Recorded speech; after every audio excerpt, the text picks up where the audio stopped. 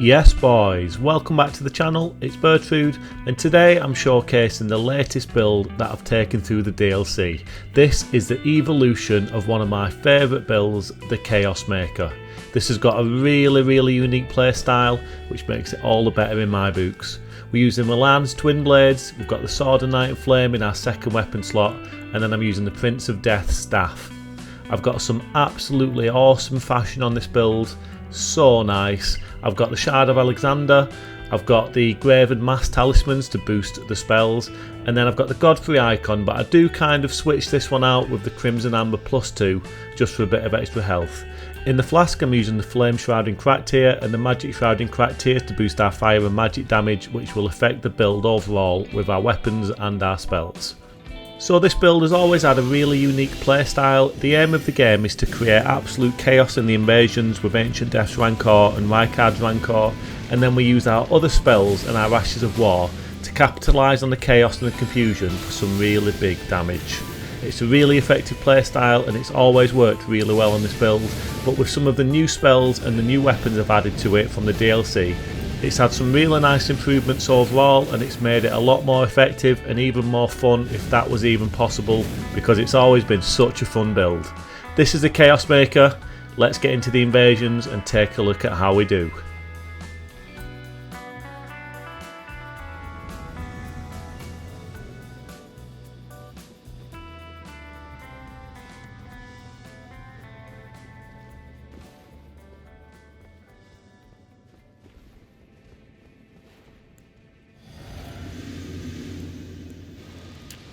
Okay guys, as always I hope you're having an absolutely awesome day. Welcome back to the channel. So the Chaos Maker, the second build that I've taken through the DLC. I've been trying to keep my cards close to my chest. I've not really been trying to give anything away with which build has been coming next up on the channel in terms of DLC progress and tweaks and changes, but it's the Chaos Maker and it's been absolutely awesome. I've loved playing through the DLC again. And ever since my first playthrough on my first build and I saw some of the weapons and some of these new spells, I knew that it had to be the Chaos Maker who got to try it all out next. So let's just take a look at this first invasion. You can see one of these two out of this duo has been spamming his own skull emojis at me, but that's okay because I've been sending some back. I've got my own Ancient Death's Rancor on this build. I've been firing that back at them and keeping them both busy.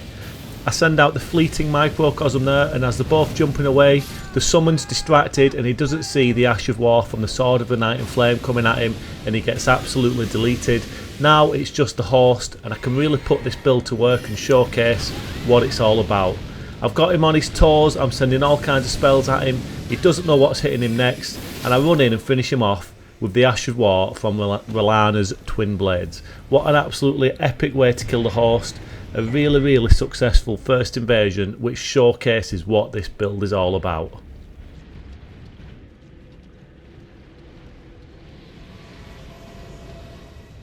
So this build has always been about causing and creating chaos and confusion in the invasions. Ancient Death's Rancor and Rykard's Rancor are the two spells which have not changed on this build from the very first time I put it together. They have been the mainstay of the build and what the playstyle is entirely based around for this particular character. I send those two out. You know, I could send the Rancor, Ancient Death's Rancor first, or I could send the Rykard's Rancor. I usually send Ancient Death's Rancor first, and then I follow it up with the Rykard's Rancor just for the explosions. And that gets the party distracted. If it's a gank, it gets them split up, it causes confusion. If it's a solo host, it causes confusion. It does the same thing every time. It gets them running, and it gets them distracted, and it stops them from looking at me and what I'm doing next.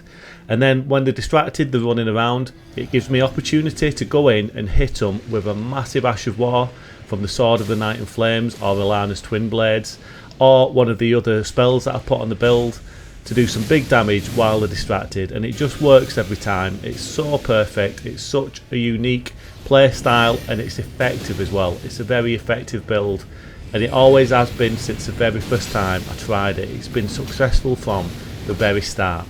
So what's changed about this build? Well, before the DLC came out, the two weapons I was maining on this build was two Sword of the Night and Flames. I've still got them on the build, but it's a secondary weapon now.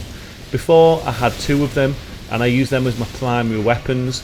Kept the same playstyle, worked around the spells, but when it came to close combat I'd use 2 of the Sword of the Night in Flames. But now with Alana's Twin Blades, I knew that they'd be perfectly suited for this build, both because of the stat requirements, we need Int and Faith, but also the Ashes of War suit the playstyle down to the ground. It's very similar to the Sword of the Night in Flame. It's got the magic option and the fire option, but obviously it's a new weapon type in the light greatsword, so I knew it was the perfect choice to add to the build. So I got rid of the 2 Sword of the Night in Flames, and I put the 1 Sword of the Night in Flame in the second weapon slot because it's just so useful that Ash of War will never not be useful. But I replaced the main weapons with the Alana's Twin Blades, and that's the first way. I improved the build, I mixed it up, I adjusted it, I evolved it, and it made for a really nice initial change. Obviously we get to the Alana fight before I had chance to add any of the new spells, so the swords were actually the first thing that changed on the build as I was playing through the DLC. So it was really fun to make progress against the PvE with the new swords. I'm still getting used to them in PvP, they're very different to what I've been used to obviously. We get the double sworded moveset with the Alana Twin Blades as well, so I'm still getting used to the actual swords in terms of combat, but they're very fun, they're extremely fun, and it was very fun playing through the DLC with these swords as well. So that was the first change. The second change was the fashion on the build. I absolutely love this new fashion. Now I'm not going to lie, I actually passed the cloak that I'm wearing on from my first build to this one just because I was too impatient to wait to get it in the DLC. I have actually got up to that point in the playthrough now where I could have had it, but I passed it over, I muled it over from my initial character just because I like this robe so much. I knew that this was always going to be the new fashion for the Chaos Maker. So I passed it to him straight away just so we could start wearing that really nice new fashion that I wanted for this build. And I just think it looks absolutely awesome. It's kind of keeping in the same theme of what the build had on before from a fashion standpoint, but it's just like an upgrade, you know. The kit's upgraded, the weapons have upgraded, so I really did want the fashion to upgrade as well. And I can't lie guys, I love it. I absolutely love it. I think it looks so cool. Really pleased with it. Yeah, proper good stuff. Really good fashion. So finally, the last part of this build to change was the spells. Now when I was playing through the DLC on my first character, I started seeing all these spells. I started watching YouTube and seeing people use these spells and seeing what they was all about. I knew that these spells that I've added to this build would fit perfectly. As I said earlier, the Ancient Death's Rancor and the Rykard's Rancor are what this playstyle is based around entirely, so they were never going to change. But the other spells that I've added, the Massive Putrescence, the Fleeting Microcosm and the Vortex of Putrescence, they're awesome additions to this build, and they fit really well with what the playstyle is all about. They're so good for catching people off for some big damage while they're running away from the Rancor spells. They work so well in terms of launching them over for that big damage while they're distracted. And especially the Vortex of Putrescence, I think that's so good for when you're being pushed. It's such a good spell. It's really good for when people are being aggressive against you. You can use it, it catches them off guard for some big damage, and then again, as always, you can follow that up with an Ash of War from the weapons for some even more damage. It's just absolutely awesome. The Fleeting Microcosm on this build is one that I actually change out a few times. I've still not kind of fully finalised which spells I'm going to have in the final rotation. As I said, you know, Ancient Death's Rancor, Rykard's Rancor are nailed on, they will never change. Massive Putrescence, I don't think that's going to change. That is so useful, it's such an awesome spell. It's like the Cannon of Heimer, only it does that kind of fire patch on the ground, which does do some big damage, you know. And again, the Vortex of Putrescence, I absolutely love that spell.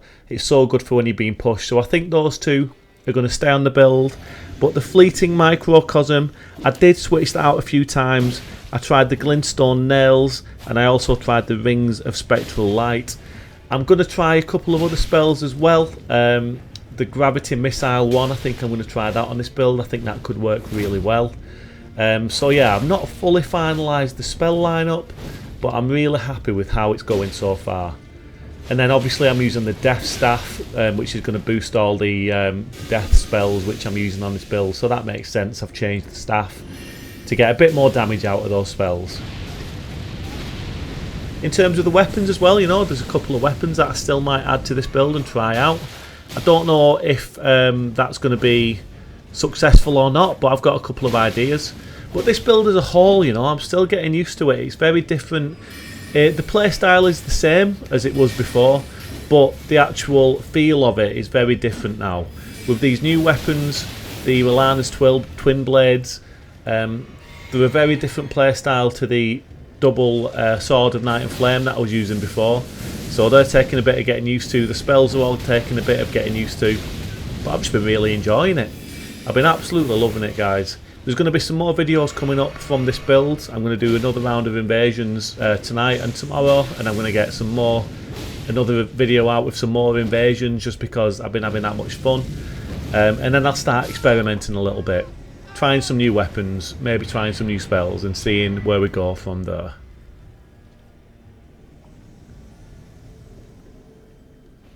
This was a funny little invasion. I just thought I'd include this one just because it really did make me laugh while it was happening. This guy came down on his own. I didn't know where his host was. I take him out easy enough. He's low health. Look for the finish now. There we go. R'hllana's Ash of War, and there's the host. Oh man, that made me laugh. So I thought I'd leave it in just because. What was he doing? Where did he come from? I don't know. He came flying in like a bird. And we're back in Bonnie Goal again for another invasion. Now, we've got a duo up top there near that big pot, the lift that comes down. And them two knew I was down here, and they was not for coming down. They was going to spend all day long up there. Now, I knew that I could go up to them with the lift, but I knew they'd just be waiting for me. Waiting for me at the top, so I just have a little sit down, I take my time.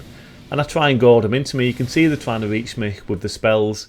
They're too scared to come down, guys. This went on for a while. You can see I give myself a little seat here, just like take the weight off my feet for a bit. You know, he has a little experiment. He was feeling brave. He comes down on the lift, so I was thinking it was game on. But then as soon as I get close, oh no, no, no. He runs away again, back up to his friend. I mean, just come and fight me, guys. There's two of you, for God's sake. I get the cannon out. I've not even got the stats to use this cannon, so I weren't doing any damage, but I just wanted to harass him a little bit and try and make a move and come down to me. And lucky for me, it does the job, and the summon plucks up his courage and he makes his way down, so it's game on, finally. Let's see what he can do. So I'll put the cannon away, and it's time to make a move. Blasphemous Blade. Fair play, massive putrescence coming at you. You can see there, nice damage on the massive putrescence. Really nice dodges there on the Ash of War from R'hllana's twin blades. And you can see in this invasion, I'm trying the Rings of Spectral Light. Now they're not a bad spell actually, they have quite good tracking, but I'm not sure what the damage is actually like on them yet. I need to do a bit more testing whether it's worth using them. You could see there we use the Bloodhound step right off the ledge, then it's just a case of going up and finishing off the host. He doesn't put up much of a fight. He should have probably come down with his summon and he would have had a much better chance, but he chose to stay up here like a coward, and now it's time to finish the job.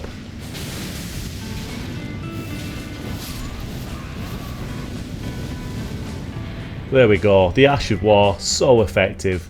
Such a fun build, guys. That was the last invasion of the video, but keep your eyes open because I'm going to be doing a lot more videos on this build coming up. I'm having too much fun to stop just yet, and I've still got to finish the DLC with it. I've not even finished the DLC, but I've not much more to do. But in the meantime, guys, you lot look after yourselves, look after each other, take it easy, and I'll see you all in the next video.